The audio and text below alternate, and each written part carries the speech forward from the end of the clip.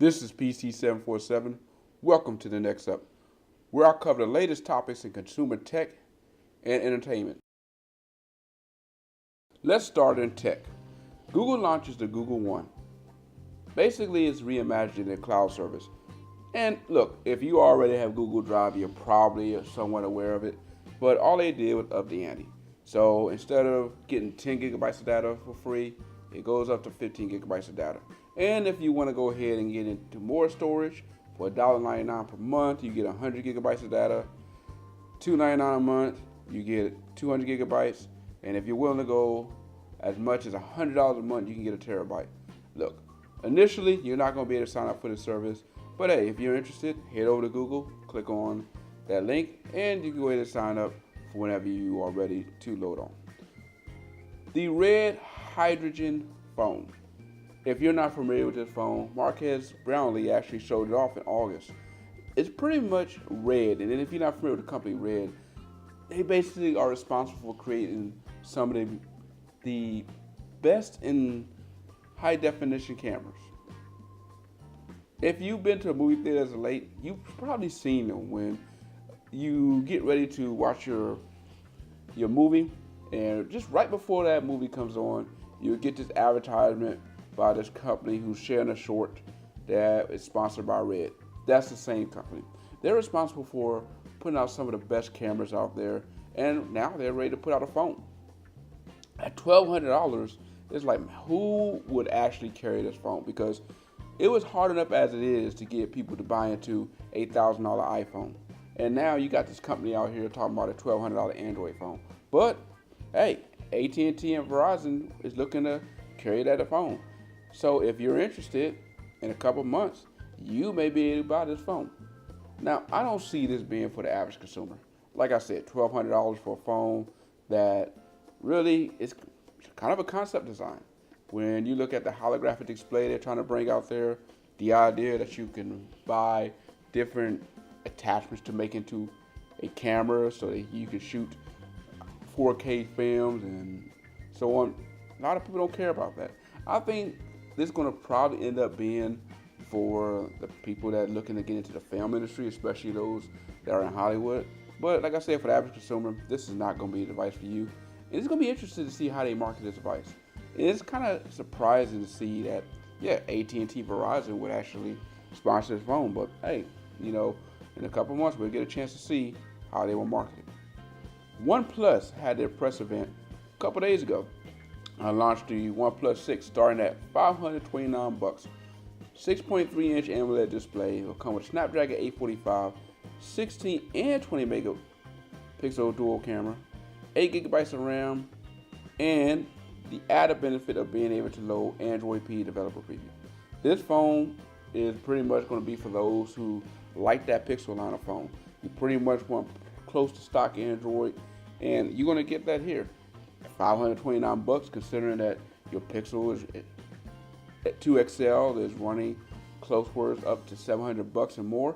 This is going to give people to have to make a decision. Do I want to go ahead and wait for the next Pixel, buy the one before, or just go ahead and just save some money and buy this one?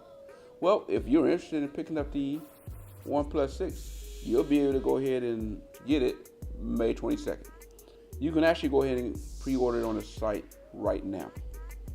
And speaking of the OnePlus 6, if you are a big Avengers fan and you want the Infinity War themed phone, well, they will be releasing one of those as well.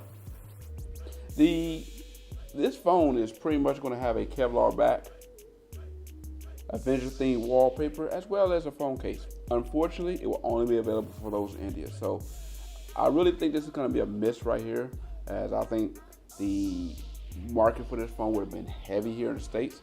But there may have been some laws that prevented it from being made available here. Still, if you live in India and you want that phone, you will soon be able to go ahead and purchase that.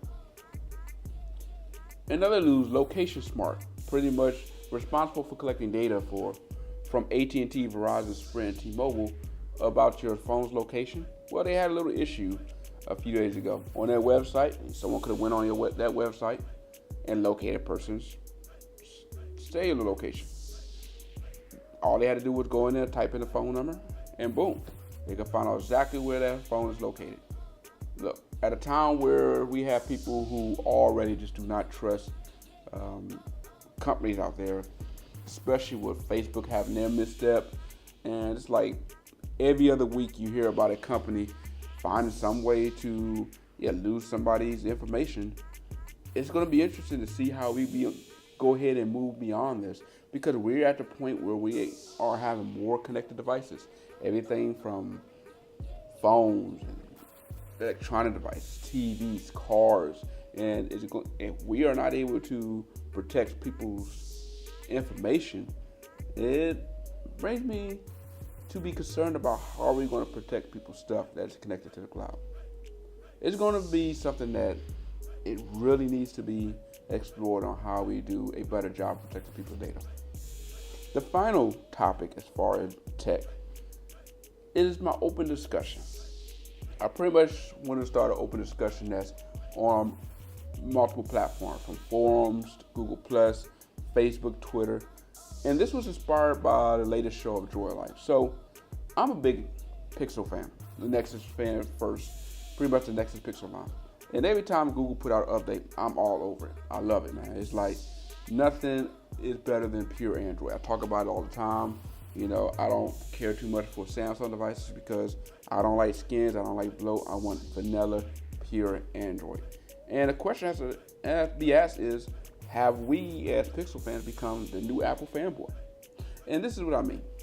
You know, you hear about Google releasing the latest software updates, and it contains this new nugget here or there, whether it be battery indication on the lock screen or split screen mode, or just a number of different things. And for those of us who are pure Android, it's like, man, we finally get a chance to get this latest software. But people who have had Samsung phones for years are looking at us like, hey man, we had this for years and you now just getting it, and you acting like it's something new. So have we become the latest fanboy when it comes to devices? That's something I want to hear your discussion with. So post your comments below on that.